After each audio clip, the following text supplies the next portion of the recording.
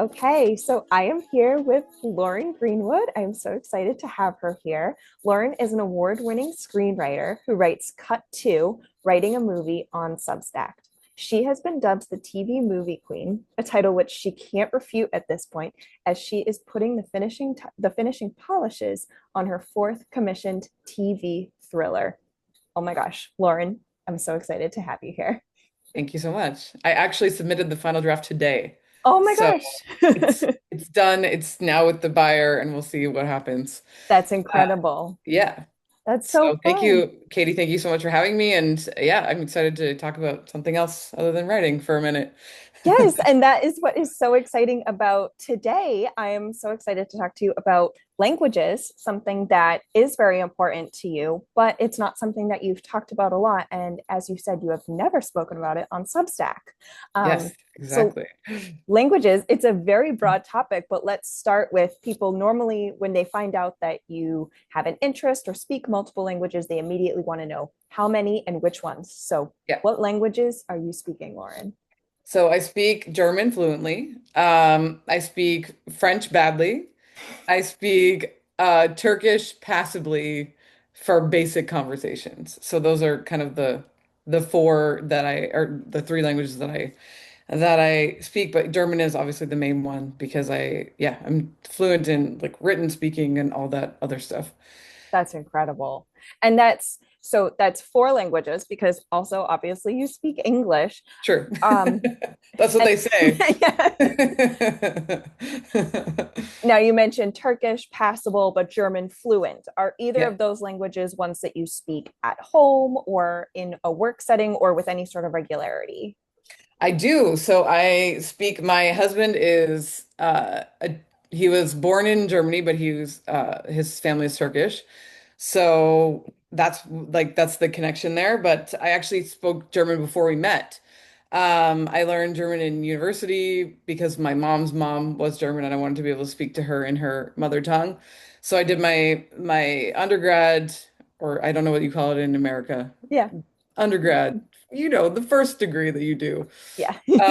I majored in German and then I ended up living there for many years. And because I pretty quickly realized that if you really, really want to become fluent in a language, you have to go there. I mean, there's those like crazy polyglots who can do it without living in a place. Like they have different brains. Like that's not the brain that I was gifted in this life.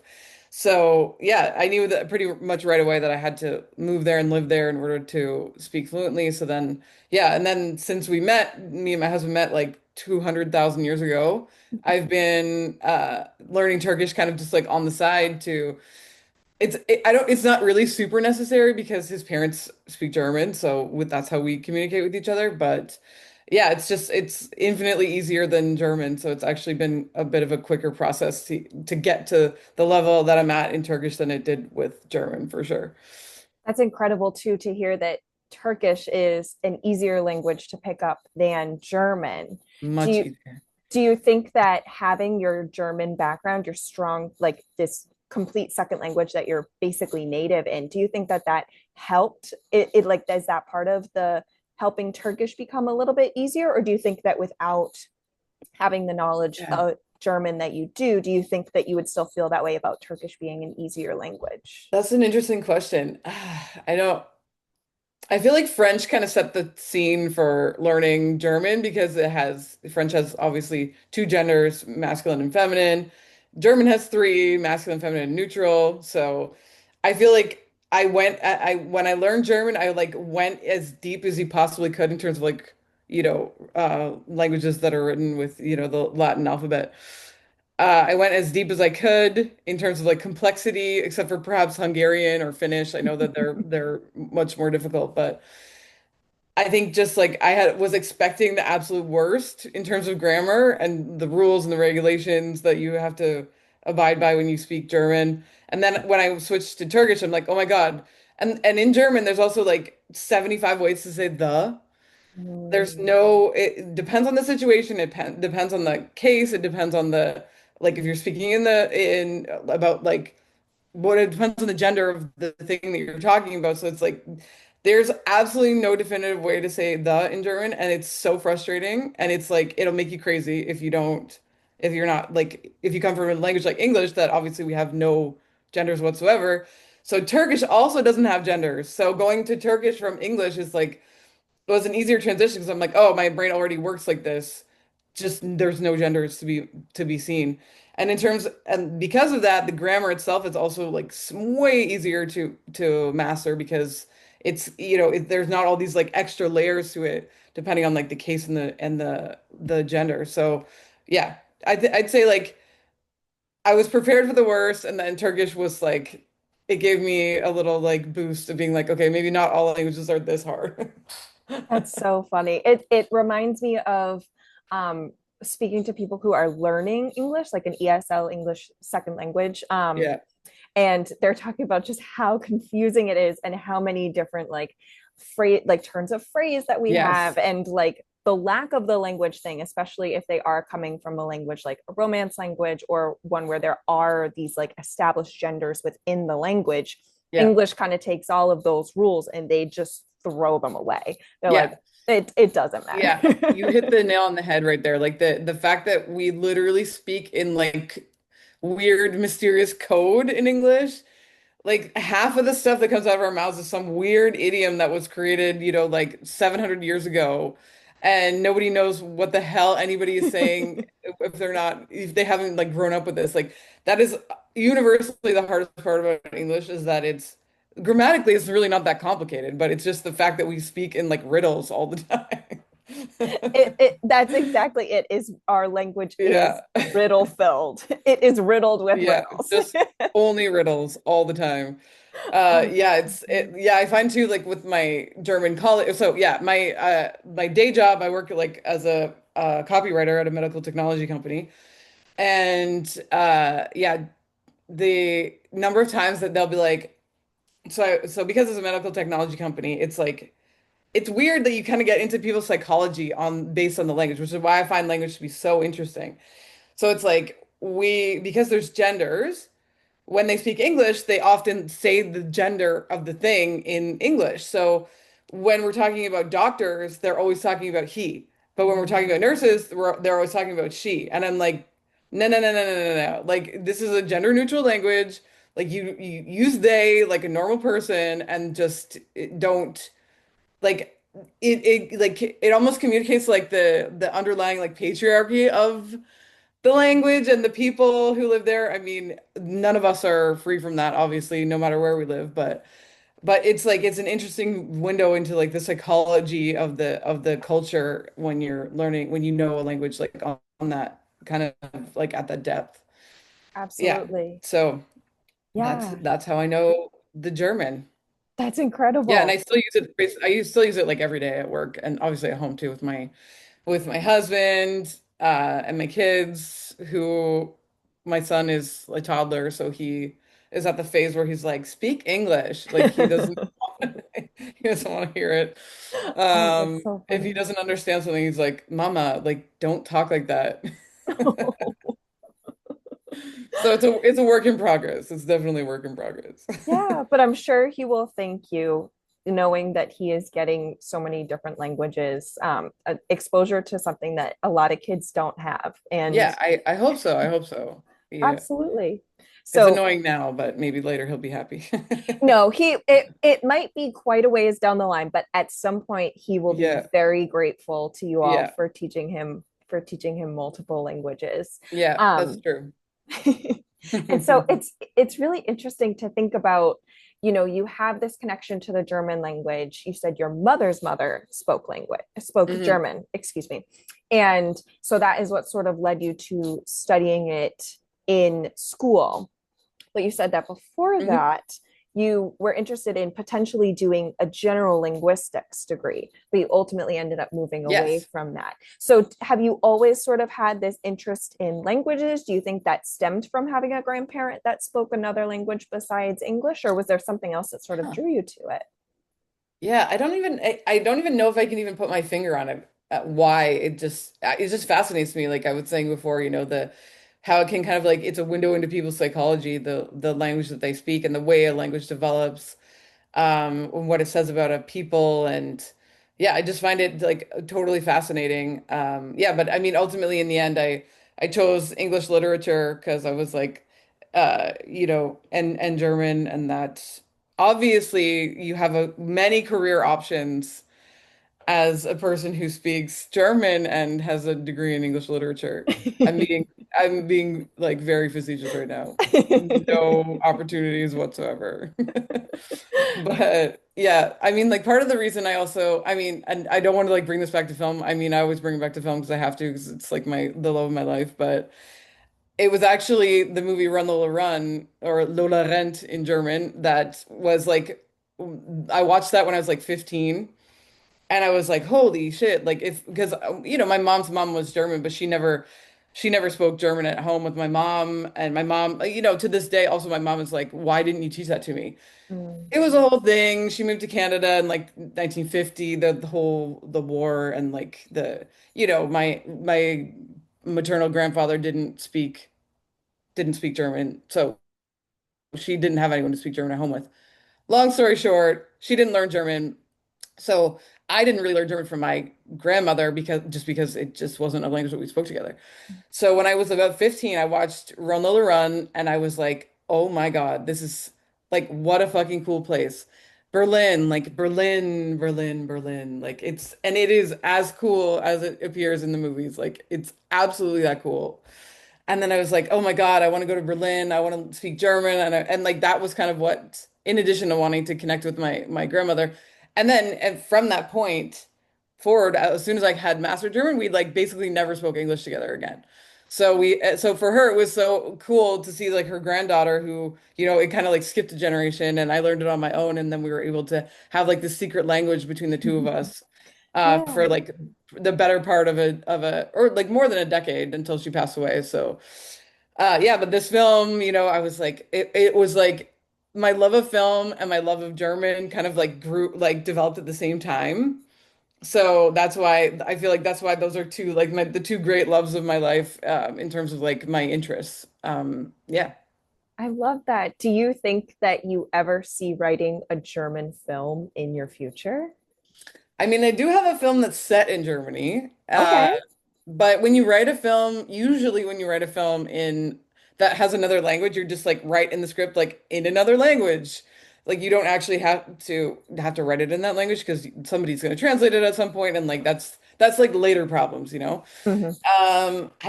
I don't know if I would ever write. I mean, I've like dabbled in like poetry and stuff in German, but I mean, don't let them hear. Shh, it's not a very poetic language. It's very, very like practical and like to the point. I mean, all the German poets are going to come for me and being like, "How dare you say that?" But yeah, it's very like that's kind of what I like about it. It is like it's people. It's a very pragmatic. The only okay, wait, let me say the way that things are described in German is very pragmatic. Like a refrigerator, not to say that refrigerator doesn't also apply to this, but like a refrigerator is like a cool closet. It's like a closet that is cool. It's everything kind of has like all of it's very descriptive. It's very like Yeah. practically descriptive language. And it just like reflects the German people. They're like a very practical people, except for their grammar, which is so impractical. And I'm like, guys, what are you doing? Like, you're supposed to be this like super efficient, practical people, and your like grammar is just completely unhinged. Like, what is happening here? Like, did anybody it occur to anybody to like streamline the grammar of this language at any point? No. So yeah. Very, very, yeah, yeah. I mean, that comes back to the kind of like what it says about a people, like the language speaking about, who it representing the people that speak it. So, Yeah, yeah. absolutely. And I think that that ties really well into my final question, which I hope kind of wraps everything up. This has been a beautiful conversation about languages, but you shared with me that you have lived in Germany. You lived there Mhm. for over 6 years between Yeah. Munich and Berlin. Yeah. And München. M München. München. You got to make like the Mün München. Yeah. München. Given Impossible to say. it, yeah, I will say it in my broken English version. Yeah. Um, but given your fluency in German and your family connections to German language and that you have lived there in the past, have you ever considered potentially moving back to Germany in the future? Ah, like I swear, me and like once a year, me and my husband are like, let's just go back. Like, let's go back. We live in Toronto, and the Toronto is where I was born, where I grew up. It's like it is another love of my life in many ways. But as with all loves of your life, you have those moments where you're like, I hate you. Yeah. So I mean, I probably like truthfully, I probably wouldn't move back to Munich because I mean it's beautiful. It's near the mountains. It's so picturesque. It's just, but it's like not my speed. I'm definitely like a city person. Yeah, So I mean I would move back to Berlin probably at some point. But I mean now with the family and the dad, like it's not practical at this point. But like it's always a conversation that we're having like once a year. We're like, let's just do it. Like, let's rent the house and let's pack everything up and like get out of here. I think it's like it's a nice kind of like mental like when you need those kind of like mental outs. yes. Like when I used to I'd be like a pack a day smoker, and I remember when I quit, I was like, I'm not quitting forever. I'm just quitting for now. I'm like, I am going to start smoking again at 75, and I'm going to smoke 3 packs a day at 75. So I'm not quitting. I'm just putting it off for a little while. Like that is exactly how we feel about moving back there. Like we probably never will, but like it's always an option, It you is know. always an option. I love that. Oh, that's incredible. This has been such a fun conversation. Yes, thank you so much for this. I really like it's so fun. Such a cool idea Yay. too, just to talk about like people's interests, not nobody gets that's the stuff people love talking about. Like that's what the kind of stuff people want to get into. So thank you so much. Oh my gosh, of course. Thank you for being willing to talk about languages.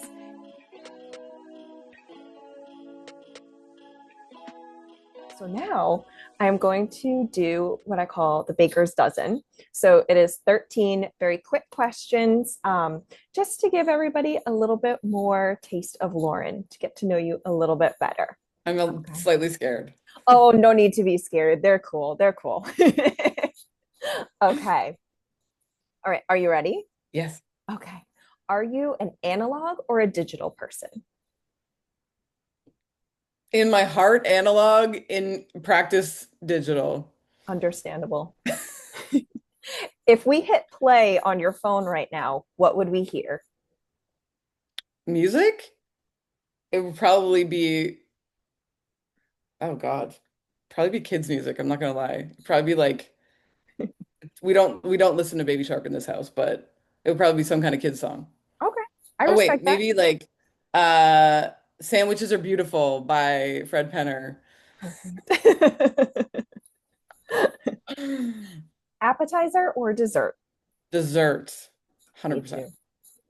What 100%. advice would you give your 10-year-old self? It's gonna take a lot longer than you think, but you're gonna get there. I love that. What advice would you give your 20-year-old self? Girl, put the bottle down. I think we all need to hear that a little bit. What is your daily non negotiable? Ah, like smooching my kids. Like absolutely the most important thing. Oh, love that. What song would you want to hear on your deathbed? Oh my God. I have the best song for this.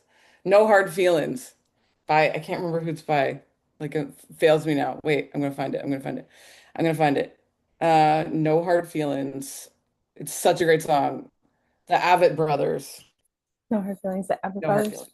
Listen to it after this, please. I'm going It'll make to. you cry. You're gonna cry. Do you have, I'm going to pause. I'm going to have to make a playlist of the songs that I get from that. Do you have a bad habit?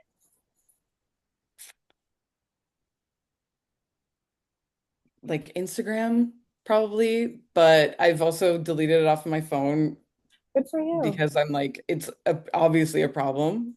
So I need to Yes. stop. Sugar, probably sugar is also the other one. And I've also been like, you can't have any more sugar. I'm 40. I'm like, I need to just like do an audit of all my bad habits and fix it like immediately. So yeah, those are the two I've already like kind of addressed. But yes, those are my habits. Sugar and Instagram, me too. Yeah.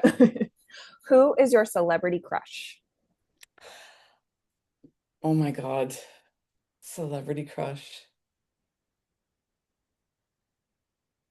This is so hard. I don't want to be like a basic bitch, but I'm like, I mean, Pedro Pascal is always out there. Oh yeah. But although recently I'm like, uh, oh God, this I is feel so like hard. the Why is this so hard? the internet has so many boyfriends now, so it's hard to Yeah. choose one. Oh, Ethan Hawke. Oh. Ethan Hawke. There we go. Okay. And like now Ethan Hawke, like old man Ethan Hawke, you Current know? 2025 Ethan Hawke. Yeah. He's gonna watch this. What is the title of your autobiography? Girl, put the bottle down. No, I'm just joking. Oh God. These questions are so good, but they're so hard. Um, Probably like hurry up, slow down. I like that. Maybe. Yeah. I like that a lot. What is the last thing that you Googled? Oh, probably I'm working on an episode. Oh, actually, it's quite interesting. I'm working on an episode of like this YouTube channel that I write. I was looking into like the last universal common ancestor, and it's like a microbe Ooh. that existed like 4 billion years ago. And it's like every single organism, like plants, animals, humans, like everything evolved from this one microbe. And I was reading all about it for this episode that I'm writing. So yeah, so cool. Luca, last universal. Yeah, last universal. Yes. No, I don't know. It's called Luca. Look it up. Last LUC. last Last universal universal common common ancestor. ancestor. I think that's what it is. But so interesting. Yeah, that's That's it. really cool. Yeah. Um, what three things would you bring with you if you were stranded on a desert island? My, does it have to be objects? It can be Okay. whatever you want. If it was objects, it would be like my laptop. Uh, Obviously my kids, but like let's just do objects. My laptop, oh God, I don't even know. Like a chocolate and like looking around, like what do I use? Uh, that's it. I'm a very simple person. My laptop and some chocolate. I only need two things, apparently. There you go. I love that. You could bring extra chocolate. Yeah. All right. And the last one, number 13. What is the best advice that you have ever received? The best advice, just keep going. Just keep going. Just keep going. Yeah, that's what you got to do. Um, Yes. yeah, that's it. Keep going. I love that. That's so important. It's such a good reminder. Yeah, for sure. Thank you so Lauren, much, this has been Katie. so It was so fun. nice to talk to you in person. Thank I you so much. know. Oh my gosh, so nice to talk to you too. If people are interested in connecting with you, reading more about what you're up to, where can they find you? On Substack at cut to writing a movie, as you said in the intro segment. Yeah, that's pretty much the only place you should find me. I mean, I'm other places, but it's not as important. So they'll yes, they'll on work harder Substack. if they want that. Yeah, for sure, for sure. Awesome. Thank you so much, Lauren, for your time today, for chatting about Thank you. languages. I feel like I learned a lot, and I'm so grateful for your time. Thank you. Thank you so much. All right. Bye.